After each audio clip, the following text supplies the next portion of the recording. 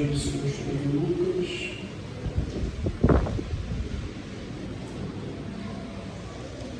capítulo de número 24. Eu quero ler a partir do versículo número 30.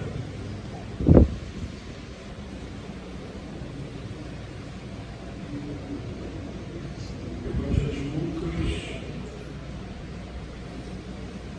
capítulo 24, a partir do versículo 30. Vamos até o versículo de número 36. Evangelho de Lucas, capítulo 24, a partir do versículo 30, todos acharam, digam amém. Amém. Deus abençoe a todos vocês, presentes nesta noite. Deus abençoe a toda a igreja do Senhor, que é representada e localizada aqui em Jardim América. Igreja pastoreada pelo pastor Diego Teixeira, que por mais uma vez me dá a oportunidade de estar aqui com ele e com toda a igreja, sendo desta feita no culto de Santa Ceia. Obrigado, pastor, e desde já eu quero pedir perdão ao pastor Diego e toda a igreja. Era para eu ter tido mais cedo, mas eu estou enfrentando uma luta em casa. Meu irmão quebrou o pé essa semana. E meu irmão um pouco pesado. Então a gente está tendo que dar banho e resolver algumas coisas, carregar ele de um cômodo para o outro. Então é uma luta que envolveu não só a esposa dele, mas toda a família, né? Que a esposa também não tem força para pegar ele sozinho. Então eu tive que ir lá na igreja buscar uma cadeira de rodas. Deixei na casa dele, por isso né, trazer, porque já estive na casa dele hoje, já almocei com ele, já dei nos banhos dele. Um processo que ele está passando, mas o nome do Senhor será glorificado ainda esta semana. Ok? Então por isso eu cheguei um pouco atrasado, mas eu também não vou tomar o tempo. Eu sei que ainda tem outro trabalho a ser feito, que é ser o Senhor. Quero só deixar uma palavra para a igreja, fazer notória a presença da minha irmã. Levanta a mão, minha irmã mais velha, Amanda Almeida de Souza. Agora não tem mais Almeida de Souza, não. Conta o nome para mim. De Souza Martins, é o nome da tua esposa. Nome feio, mas tá bom. Deus abençoe você. Tá? Vamos ler Lucas capítulo 24, então rema para filho. Não vou calar meus lábios, diga isso. Vou profetizar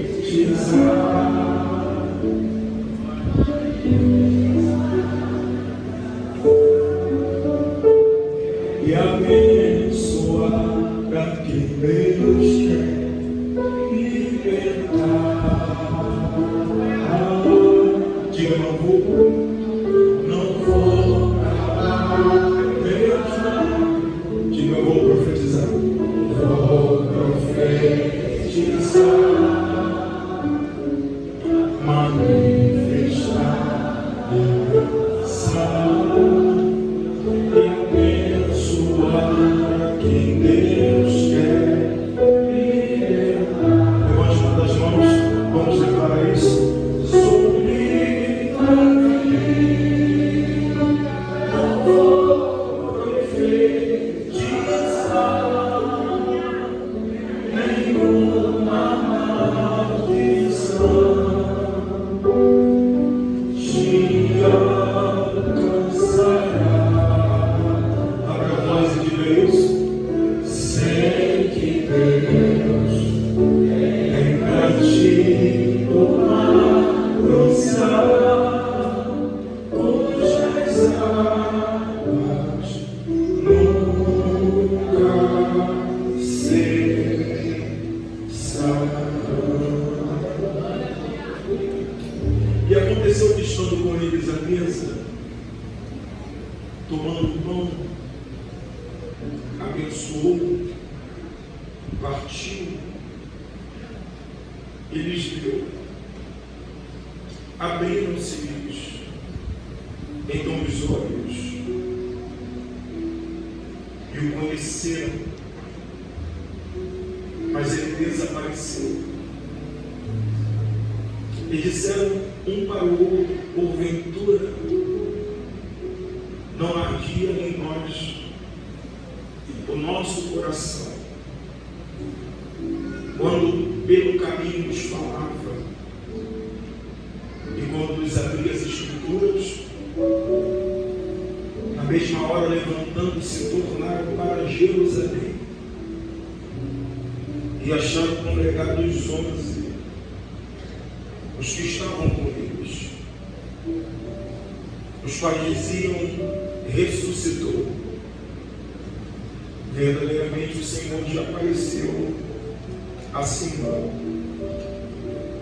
Eles contaram o que lhes acontecera no caminho e como eles foram conhecidos no partir do pão. Versículo 36 e último. E falando eles destas coisas, o mesmo Jesus se apresentou no meio deles e disse-lhes: paz seja convosco. Amém. Vamos dizer graças a Deus? Podem sentar.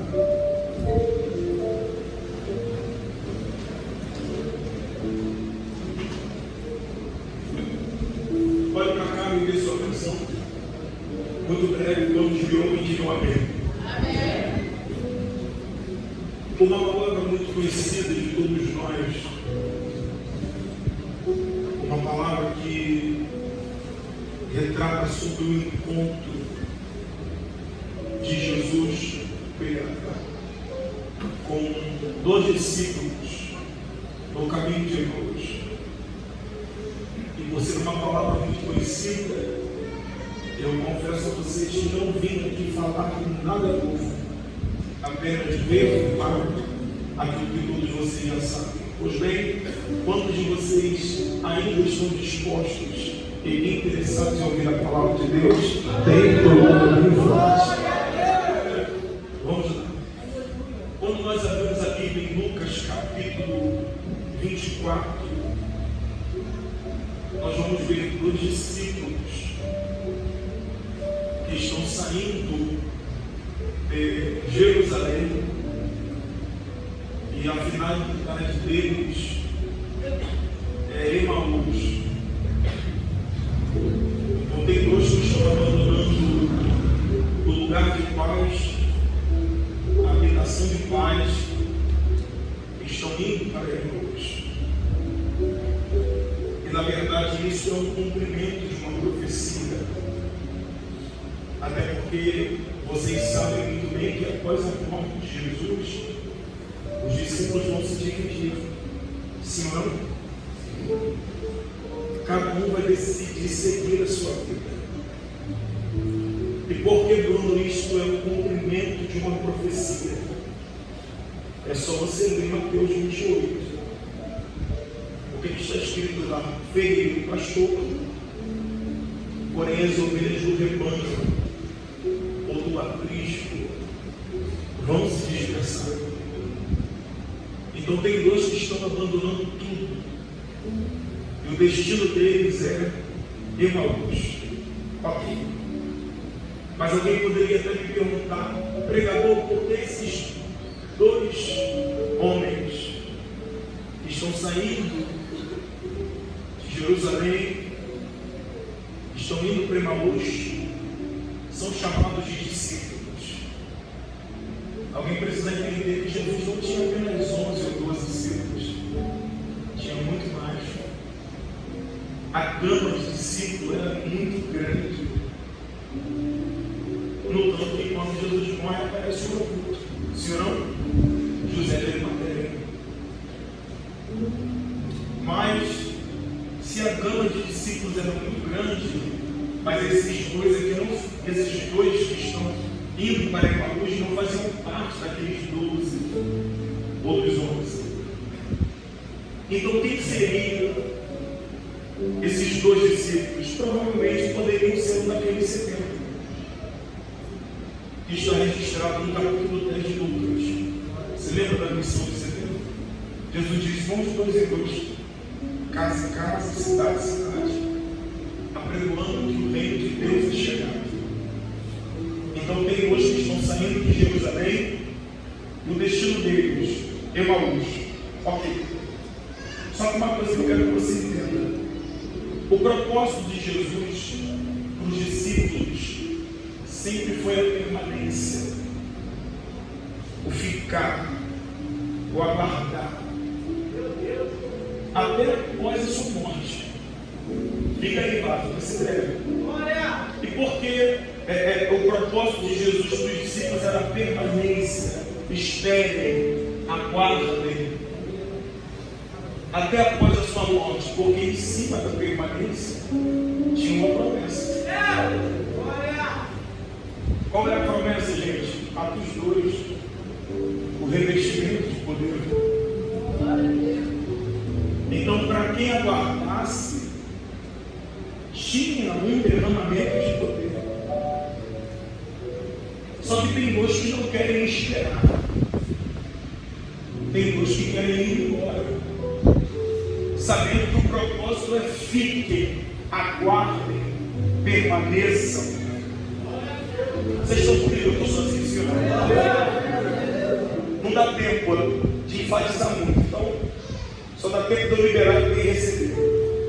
Se o propósito é: permaneçam, fiquem, aguardem, e tem dois que não estão aguardando e não estão esperando, pastores, isso aqui é forte. Irmãs, jovens, igreja. Então, se eu sei que o propósito é ficar e eu estou indo embora, a primeira lição que eu aprendo nessa história é que Jesus não prende quem não quer ficar. Vejam aí, Senhor. Irmão, Jesus não coloca corrente no pé de quem não quer congregar, não. Jesus não amarra no banco quem não quer se envolver com a obra. Ou bem, porque Jesus não prende quem não quer ficar. Fala em glória, mas fica a teu critério. Porque o Evangelho não é por imposição. O Evangelho é por devoção.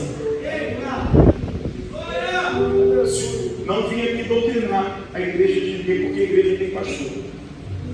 Mas mediante a palavra que eu prego. Se o Evangelho não é por imposição, e sim por devoção, se alguém está aqui servindo, obrigado, dá tempo de parar de servir. Se tem alguém aqui envolvido com medo de ser chamado a atenção, dá tempo de parar de se envolver. Porque o que importa para Jesus não é a tua matéria do culto. Porque tem gente com a matéria do culto com o coração na festa. Vocês estão cansados, gente. O que importa para Jesus onde está o teu coração. Então entenda. O propósito é: fiquem, aguardem. Mas eles não querem ficar. Eles querem ir embora. Querem ir embora por quê? Porque eles são frustrados. Ô Bruno, aonde está no texto que eles estão frustrados? Consegue colocar para mim Lucas capítulo 24, versículo 21? Só para o povo ter uma noção. Eles vão falar da frustração do coração deles. Lucas capítulo 24, versículo 21. Olha isso. Eu preciso que você leia isso para a gente agarrar o que consegue não? Então, coloca. Vê na Bíblia, pode ver na Bíblia. É só para você entender. No capítulo 24, versículo 21, eles vão abrir a boca e vão dizer onde morava a frustração do coração deles. Eles vão dizer: nós esperávamos que ele fosse o libertador de Israel. Não entendi, Bruno. Vou te explicar. Estamos indo embora por quê? Porque a gente viu uma expectativa. Qual a expectativa que vocês criaram? Que ele iria nos libertar. Libertar de quê? Do sistema de Roma. Mas o tempo foi passando, Páscoa, Getsêmani, ele morreu, o julgamento. E a expectativa do coração não foi realizada. E se tu não der um glória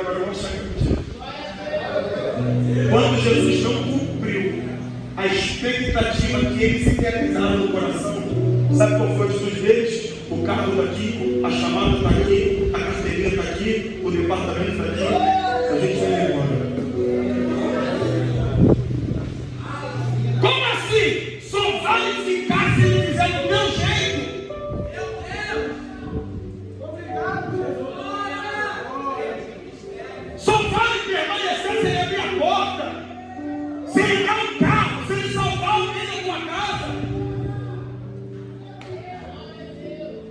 Vai doer, mas me aguenta. Isso me prova que o intuito da caminhada desses dois nunca foi Jesus. Eu queria cair para meu querido criança. Se o intuito da caminhada deles principal nunca foi Jesus, então qual era o intuito? Na minha opinião, o intuito da caminhada deles era isso aqui: o que eu posso ganhar de lucro andando perto dele. E o que a gente mais vê dentro das igrejas hoje em dia é isso. As pessoas não querem mais Jesus. Elas querem os benefícios que o Evangelho pode dar.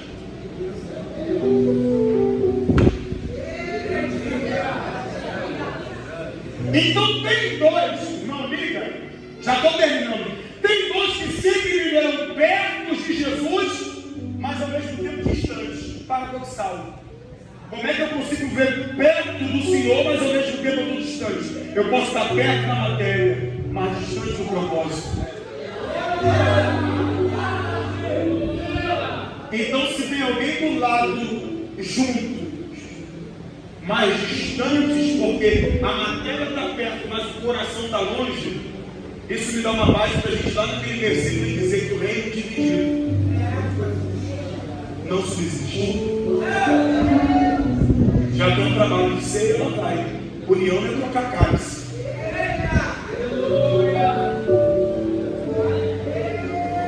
União é sentar no mesmo departamento. União é cantar no mesmo ministério de louvor. O que é união, Bruno? Vou falar pela Bíblia. União é falar na mesma língua e pensar do mesmo jeito. Romeiros, a Bíblia prova que união pela Bíblia é falar a mesma língua e pensar do mesmo jeito. Torre de Babel. Se Deus não descesse para quebrar o projeto da torre, eles seriam impossíveis. Vocês estão comigo?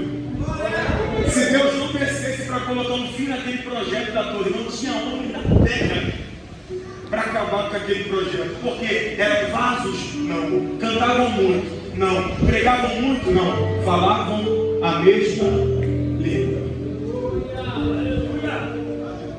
Irmão, me perdoa a franqueza. Eu tenho um pai que é pastor há mais de 40 anos.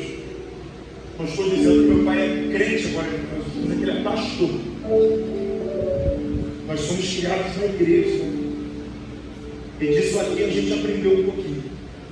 Eu não comecei sendo um pregador itinerante. Eu comecei sendo um músico. Depois eu fui ministério de louvor, dirigente de consagração de mocidade. Depois eu fui líder de mocidade. Fui obreiro, fui ele. Eu sou itinerante hoje, mas comecei sendo local. Nós começamos ajudando o nosso pai. E agora eu vou te falar uma experiência que eu tenho de igreja. A igreja não cresce porque traz um pregador de fora. Abrilhanta o trabalho, mas não faz a igreja crescer. A igreja não cresce porque faz uma mini vigília. Abrilhanta o trabalho, não faz a igreja crescer. A igreja cresce como, Bruno? Quando aprendemos a falar a mesma língua. É por isso que o papel do diabo sempre foi dividir a voz de Deus no meio da igreja. Ele fez isso no Éden. Deus disse: a árvore que está centralizada no meio, não coma. O que o diabo falou no ouvido da mulher? Eu acho que não é bem assim que Deus falou, não.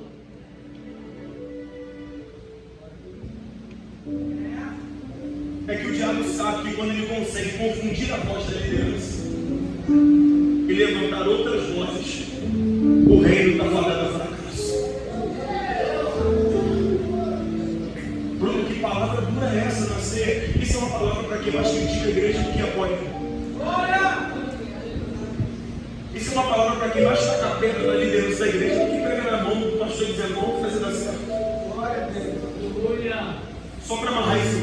Quem já pintou parede? Levanta a mão. Precisa ser profissional, não. Os amadores. Já pintaram a parede? Irmão, pintar a parede é uma experiência incrível. Se eu pintasse a parede toda, vamos botar aqui que fosse uma parede. Aqui é uma parede, na verdade. Mas se eu tivesse esse fundo aqui bonito, fosse tipo. Se a gente pintasse toda ela de vermelho agora, quando você acabasse de pintar, quem já teve essa experiência sabe. Mesmo que você não seja um pintor, quando você acaba de pintar uma parede, olhando próximo a ela, você pensa que você leva jeito para coisa. Sim ou não? Agora, quando você se afasta dela e olha de longe, você vai ver os erros que você comete. Não entendi. Vou melhorar. E o glória fica a teu critério. Só tem gente criticando porque está distante. Se estivesse perto, não tinha tempo para criticar. Segure a mão de quem está do teu lado e diga para essa pessoa: critique menos e se desenvolva mais. Fala aí, irmão. Critique menos e se envolva mais na obra. Você só está vendo o erro na igreja porque você está com tempo para reparar.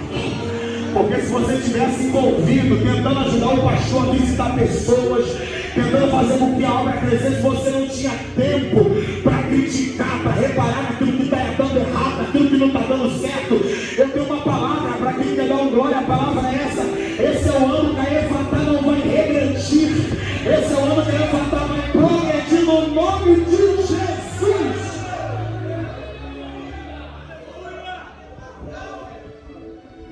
A expectativa não foi realizada. Estamos indo embora. Porque a pior coisa são pessoas que se aproximam de Jesus por necessidades que passam. Acabou, glória?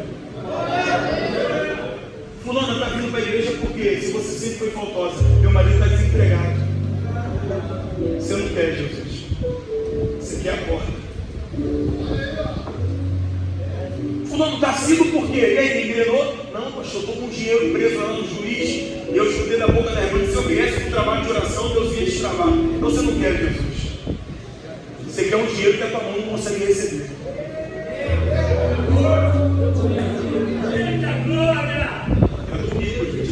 Aleluia! E quando eu venho ao Evangelho em cima de uma necessidade, eu limito o poder de Jesus em mim. Vou falar de novo. Eu não limito o poder dele. Eu limito o poder dele em mim. Irmão, você sabia que Jesus queria fazer tanta coisa na vida de tantas pessoas dentro da igreja? E por que não faz? Porque para eles o Evangelho é uma mulher que promete coisas.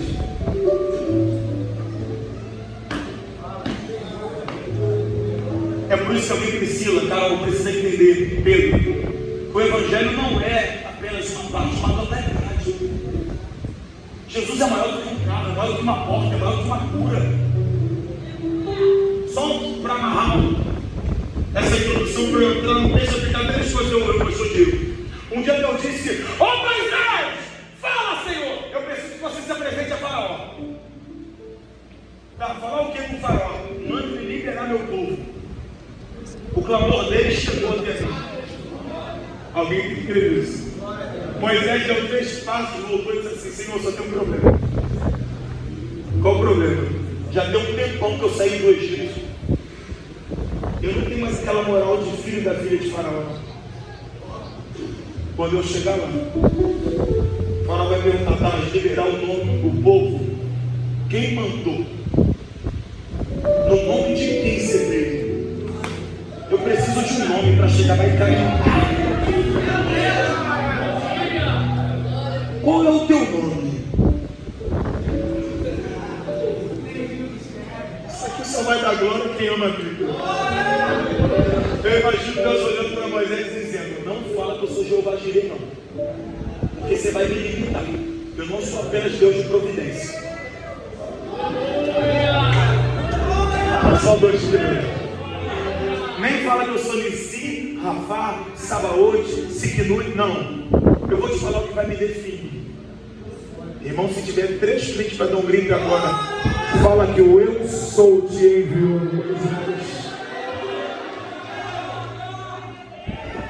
Esse eu sou hebraico tem um sentido pastor Eli, de tornar-se. Então, quando o faraó perguntasse o nome de quem? Do eu sou. Quem é o eu sou? Ele é tudo aquilo que o povo precisa que ele seja. Se é cura, ele é cura. Se é porta, ele é porta. Se é renovo, ele é renovo. Se é salvação, ele é salvação. Levanta a tua mão que a gente está celebrando hoje. Quem é Jesus na totalidade? Ei, eu não estou pregando para quem veio atrás de porta, para quem veio atrás de chave. Eu estou pregando para alguém que veio atrás da totalidade. Um Jesus que é maior do que a porta, maior do que a cura, maior do que a chave, maior do que os negócios. Alguém pode dar um glória, porque o meu sol está aqui. Chega. 3 coisas. Termino. Com graça. Deus aqui.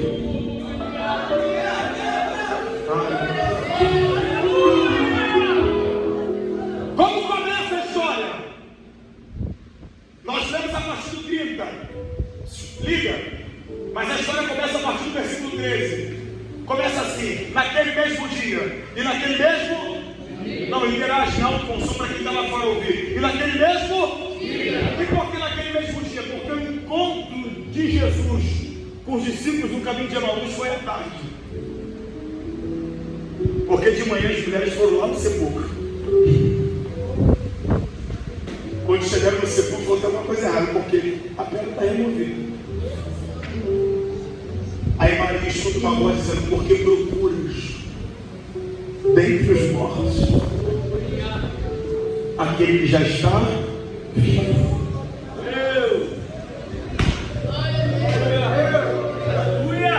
Então de manhã alguém já tinha um testemunho na boca. Ele não está mais lá não. Só que tem dois que, mesmo ouvindo a informação, os comentários que Jesus não estava mais lá, querem ir embora. Tá ok. Só que a pergunta que não quer calar: são quantos discípulos que Jesus está correndo atrás? Quantos? Não, melhor, quantos? Uma Bíblia fala o nome e outro não. Cleópas. Os pastores aqui que são muito mais entendidos da Bíblia do que eu. Alguém sabe a biografia de Cleópas? Alguém sabe quem foi Cleópas? Ninguém sabe. A única coisa que a gente sabe de Cleópas foi que ele saiu da rota de Jesus foi atrás dele. Sim ou não? Agora olha como essas histórias se conectam. O mesmo Jesus que foi atrás de Cleópas foi lá na praia.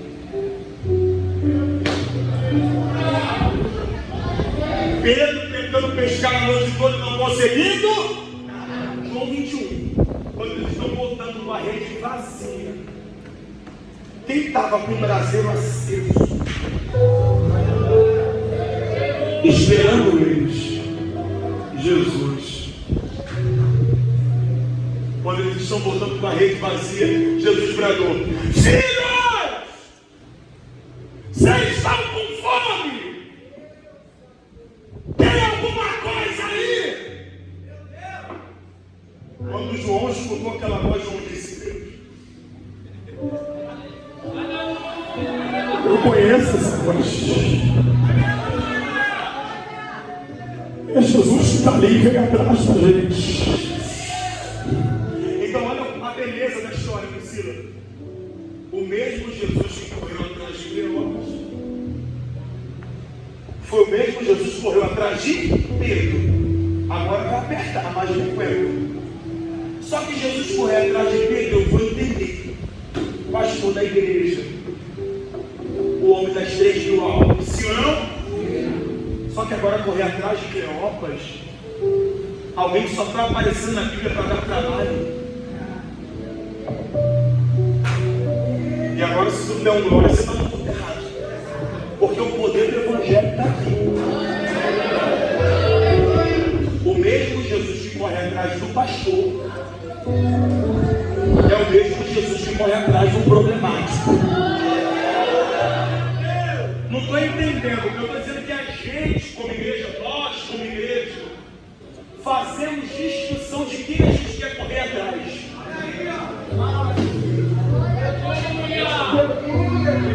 Fulana que canta no ministério de louvor desviou, vamos atrás dela. Ciclano que limpava a igreja sumiu. Esse aí daí nunca quis ser crente. Conversa. É que a gente gosta de correr atrás de gente que dá lucro. Só que a atitude de Jesus, correr atrás de Cleópas e correr atrás de Pedro, eu queria estar aí para dar um pulo. Era Jesus dizendo que no Evangelho não tem cadeira privilegiada para ninguém. Não, um só Deus. O Evangelho não tem cadeira. Isso é para os bambambam. Isso é para os posudinhos que chegam aqui na igreja e falam: sou advogado, da porta para fora. Sou desembargador, da porta para fora. Sou delegado, da porta para fora. Eu estou aqui, vai ser ovelha como todo mundo é.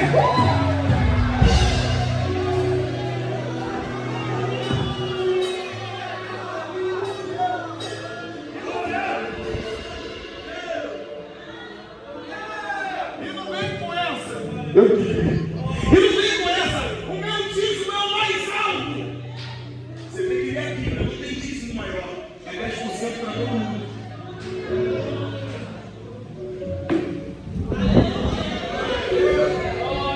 Tá bom, né? Vou acabar agora. Subindo naquela cruz, sem nada reclamar. Cordeiro imaculado, que sofreu por me amar, e a minha vida foi marcada pelo sangue de Jesus. Ah, se eu me ligasse, minha história dividir. Levanta a mão, levanta. Antes e depois, pelo sangue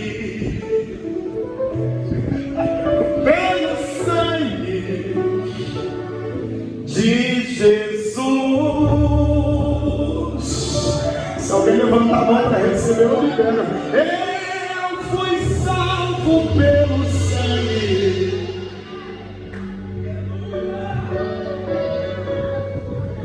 Fui curado pelo sangue.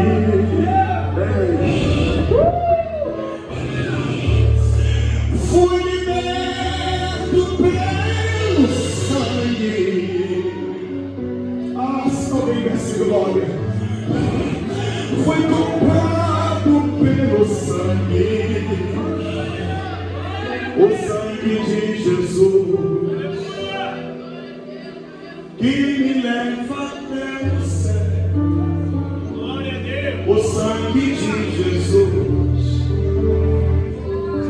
vermelho, forte e fiel, suportou a cruz, a preço de sangue, por amor. Levanta a mão, gente. Precioso sangue de Jesus.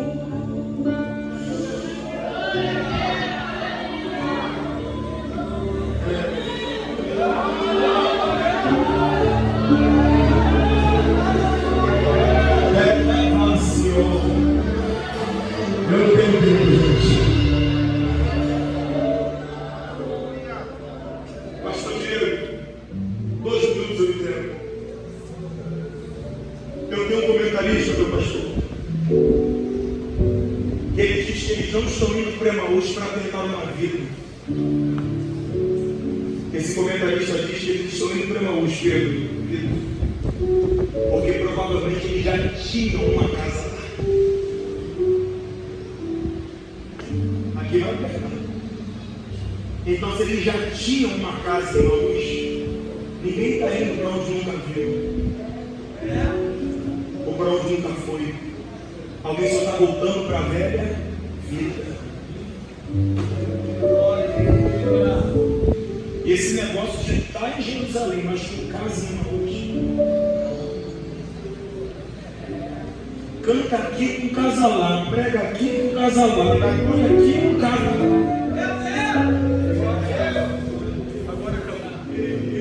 É estranho, né?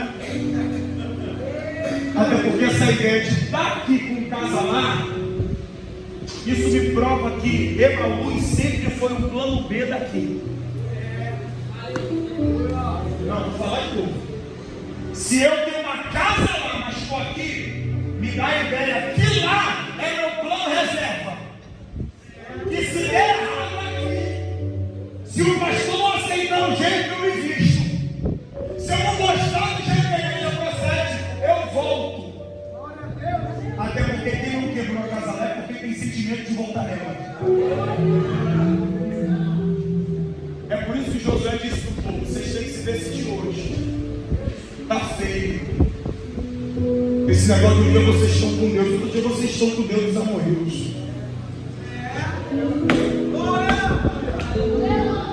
Hoje a bagunça acaba. Aí eles viraram para Josué e disseram: tá bom, mas você é líder. Líder que cobra assim de exemplo não é líder, é patrão. Fala você primeiro.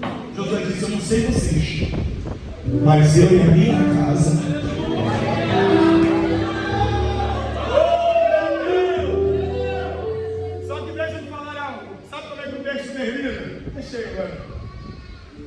O texto termina com uma coisa fantástica.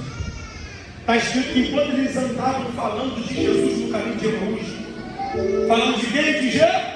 Não, falando de quem? De Jesus? Enquanto eles andavam falando de Jesus, Jesus se aproximou e começou a andar junto com eles. Percebeu a grandeza do texto? Que para eles terem a presença de Jesus perto não precisou de muita coisa.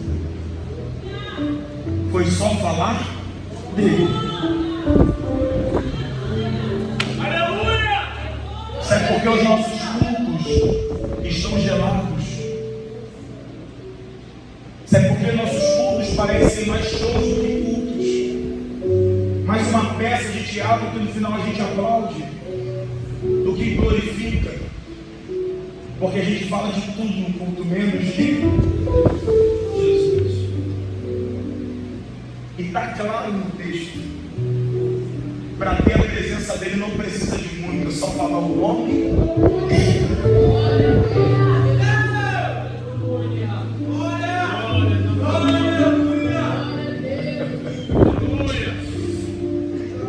Começou a andar, foi ficando tarde, até que eles falam uma palavra mágica: fica conosco. Quando Jesus entrou na casa, que sentou na mesa, pegou o pão, partiu, o olho abriu e falou: ei! Desapareceu.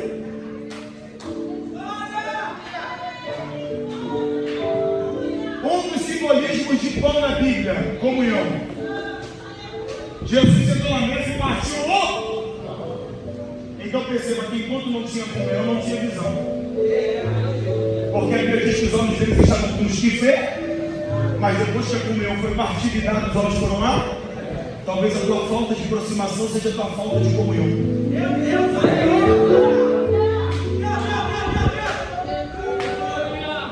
Só que a pergunta que eu vou te falar, o versículo 36 diz que eles voltam para Jerusalém e se reúnem com os 11 dentro de uma casa. E Jesus chega dentro da casa, sem bater na porta, e qual foi a palavra de Jesus? Paz seja convosco. Eu termino aqui, prometo, é papo de pregador não. Me escolha onde você quer ficar.